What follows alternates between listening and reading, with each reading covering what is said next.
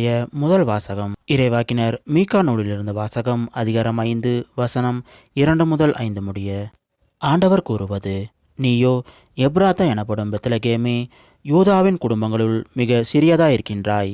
ஆயினும் இஸ்ரவேலை என் சார்பாக ஆளப்போகின்றவர் உன்னிடமிருந்தே தோன்றுவார்.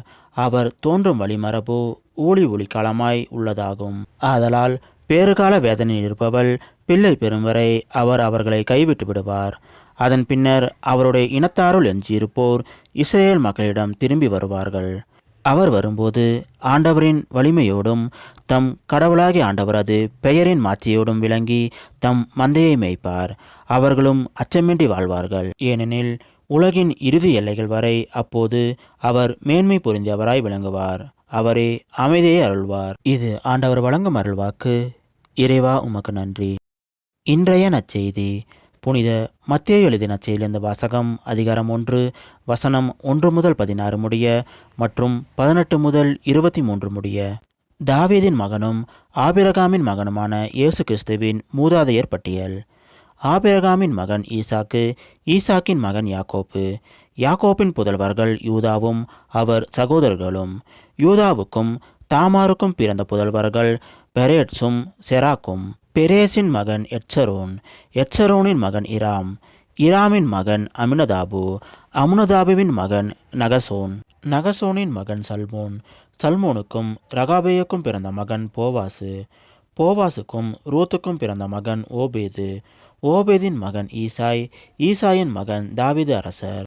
தாவீதுக்கு உரியாவின் மனைவியிடம் பிறந்த மகன் சாலமோன், சாலமோனின் மகன் ரெபகயாம், ரெபகயாமின் மகன் அபியாம், அபியாமின் மகன் ஆசா, ஆசாவின் மகன் யோசபாத்து, யோசபாத்தின் மகன் யோராம், யோராமின் மகன் உசியா, உசியாவின் மகன் யோத்தாம், யோத்தாமின் மகன் ஆகாசு, ஆகாசின் மகன் எசேக்கியா, எசேக்கியாவின் மகன் மனசே, மனசேயின் மகன் ஆமோன், ஆமோனின் மகன் யோசியா. யோசியாவின் புதல்வர்கள் எக்கோனியாவும் அவர் சகோதரர்களும். இவர்கள் காலத்தில்தான் யூதர்கள் பாபிலோனுக்கு சிறைப்பிடித்து செல்லப்பட்டார்கள். பாபிலோனுக்கு சிறைப்பிடித்து செல்லப்பட்ட பின்பு எக்கோனியாவுக்கு பிறந்த மகன் செயல்தியேல், செயல்தியேலின் மகன் செருபாபேல், செருபாபேலின் மகன் அபியூது, அபியூதின் மகன் எலியாக்கிம், எலியாக்கிமின் மகன் ஆசோர், ஆசோரின் மகன் சாதோக்கு, சாதோக்கின் மகன் ஆக்கிம், ஆக்கிமின் மகன் எலியூது, எலியூதின் மகன் எலையாசர், எலையாசரின் மகன் மாத்தான், மாத்தானின் மகன் யாக்கோப்பு, யாக்கோப்பின் மகன் மரியாவின் கணவர் யோசேப்பு, மரியாவிடம் பிறந்தவரே கிறிஸ்து என்னும் இயேசு. இயேசு கிறிஸ்துவின் பிறப்பையொட்டிய நிகழ்ச்சிகள். அவருடைய தாய் மரியாவுக்கும் யோசேப்புக்கும் திருமண ஒப்பந்தம் செய்யப்பட்டிருந்தது.